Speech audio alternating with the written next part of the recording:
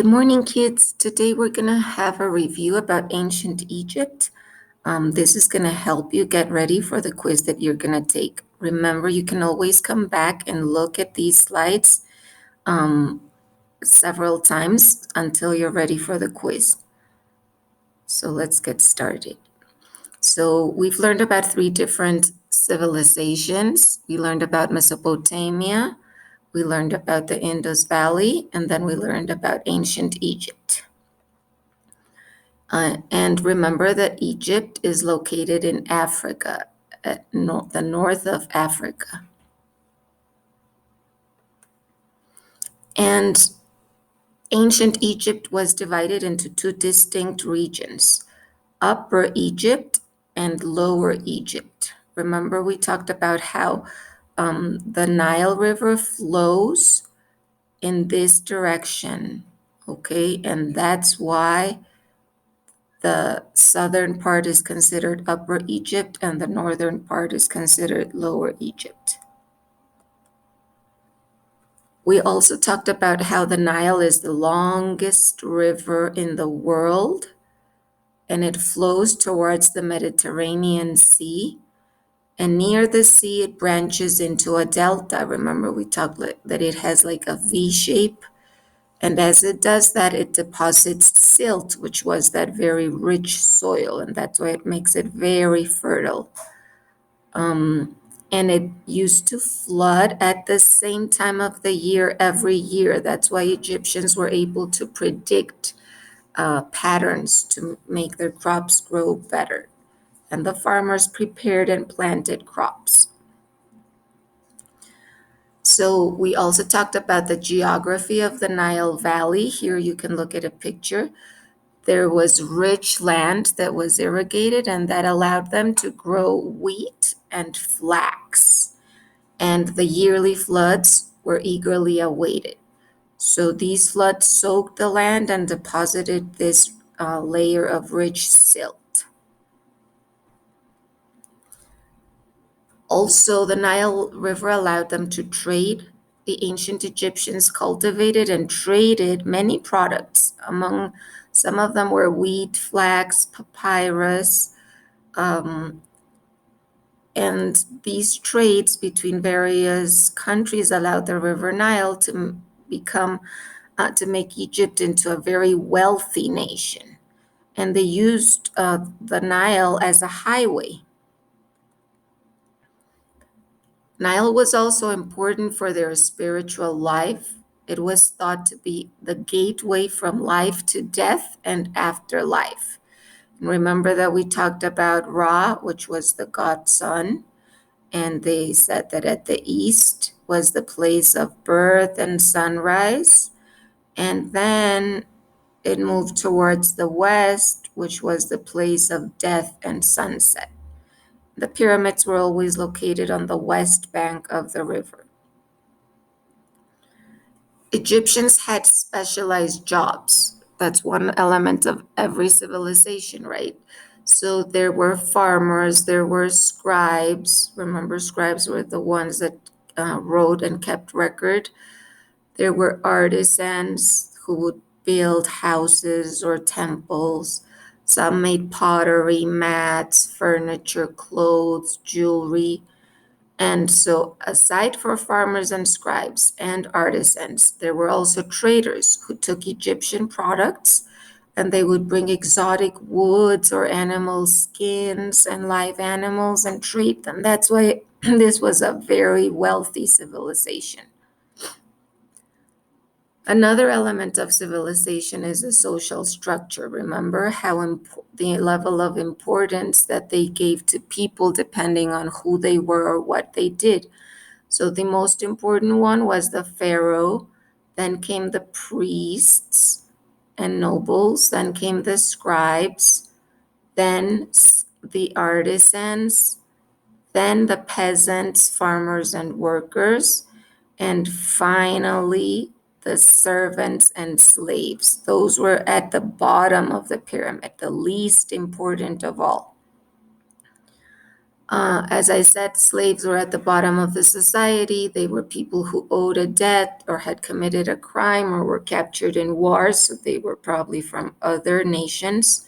Some of them were freed after a period of time, but the slaves working in mines were not freed. Life for women was good in those times because men and women had equal rights.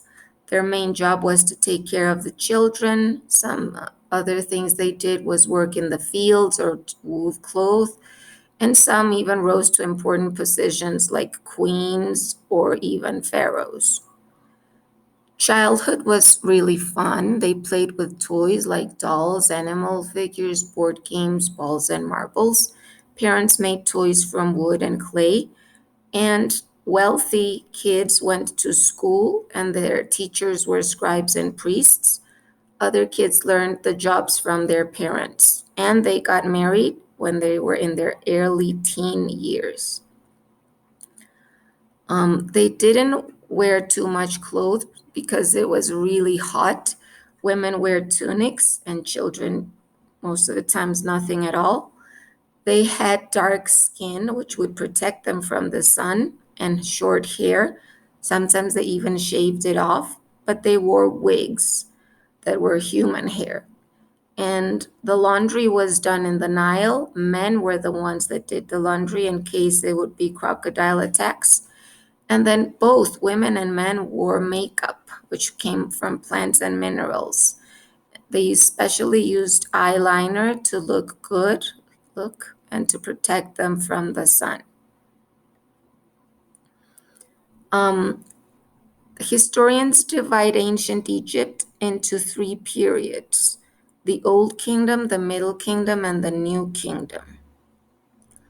Um, the Old Kingdom is where hieroglyphics and religion were developed and the pyramids were built. The Middle Kingdom was an extension of Egyptian control into Nubia, and the New Kingdom was more militaristic. The Hebrew people were enslaved, and the mummification was perfected. So, in the Old Kingdom, there was a legend that King Narmer or Nemes united Upper and Lower Egypt. And when it united, the ruler wore the double crown, the combination of red crown, which was it represented Lower Egypt, and the upper crown, the white crown, which represented Upper Egypt. The origins of the pyramids: the first rulers were buried in an underground tomb, and kings wanted monuments, so they replaced mud bricks for small pyramid or stone or brick. And then there was a king called Djoser who was the one that started building the first stepped pyramids like these with giant steps. Inside the tombs, there were passageways that led to different rooms, and relatives were buried in different rooms to confuse robbers. Tombs were filled with objects like food, furniture, and statues. Remember that we talked about how they thought that whatever they buried with them were going to be things they would use for afterlife. And then the artists would decorate with wall paintings. Art was considered a way to glorify the gods and the pharaoh. In the sculpture of the dead, Pharaoh portrayed perfect features. Even if he didn't look like that, they really try to make him perfect. And they had some rules for art. The person's head, arms, and legs were looked from the side, but the front of the body, from the neck to the waist, looked to the front. That was the way they portrayed people. The Middle Kingdom was around 2130 BC, and some kings began to lose power. So they held it together for about 500 more years, but the government was weak. And then they suffered an invasion, and the Egyptians stopped putting soldiers at the borders, and the foreigners got into the land. These foreigners, called Hyksos, considered themselves to be Egyptians also. And they had better weapons and horse-drawn chariots, like here, and those were new to Egyptians. And it took them 100 years, but finally Egyptians drove off Hyksos and began the new kingdom. In the new kingdom, there was a woman pharaoh called Hatshepsut. She was the wife of a pharaoh who died, and she ruled with her stepson. But then she claimed herself the only ruler. She expanded Egypt, she made trade grow, and she sent many ships with tons of interesting products like monkeys, species, herbs, scented wood. And she wanted a monument to honor her, so she ordered people to build these obelisks, and artisans carved hieroglyphics on them to talk about her good deeds. And after 15 years, she mysteriously disappeared. People think she was either killed by her stepson or died peacefully. So then Thutmose III, her stepson, was the ruler, and he destroyed most records of her reign. But then, after a while, archaeologists found her tomb and temple. Then came Akhenaten, who was a powerful pharaoh. He wanted to change the way things were. He wanted to worship only one god, the sun, and wanted to make art more realistic instead of only perfect, so that art would resemble reality. But his beliefs were not well received by priests, as they wanted to honor many gods, and they were afraid that this new belief might affect them. Then he died, and a young relative of him became a pharaoh. His name was Tutankhamun. And his leader advisors told him to change back to the old ways, and he did. So he restored sculptures and worked to restore traditional religion and art. He died at the age of 19. The mummy's remains show that he might have died of malaria. And after that, his advisor took power and became the Pharaoh I. Then came Ramses II, or Ramses the Great. He ruled 44 years after King Tut died, and he became the pharaoh. He ruled for 66 years. He expanded the Egyptian empire, so Egypt became powerful through war. He expanded to the south into Nubia. He fought against the Hittites, which were their long life enemies. And even though nobody won, he proclaimed victory. And then he signed the first peace treaty in the world, so no enemy threatened Egypt while he ruled. In his reign, he built a city in his honor, which was called the House of Ramses, and then 4 statues guarded his temple. He wanted to appear godlike. And because he ruled for so long, the Egyptian government was stable. It was a time of peace, the Nile floods were reliable, and there were plenty of crops, so they were really wealthy. So that's it, kids. That's all you need to know for today's quiz. Remember, you can always come and look back. It's an open book quiz, which means you have all this information. You should also have this in your note takers, so you should be able to do this really well. Good luck.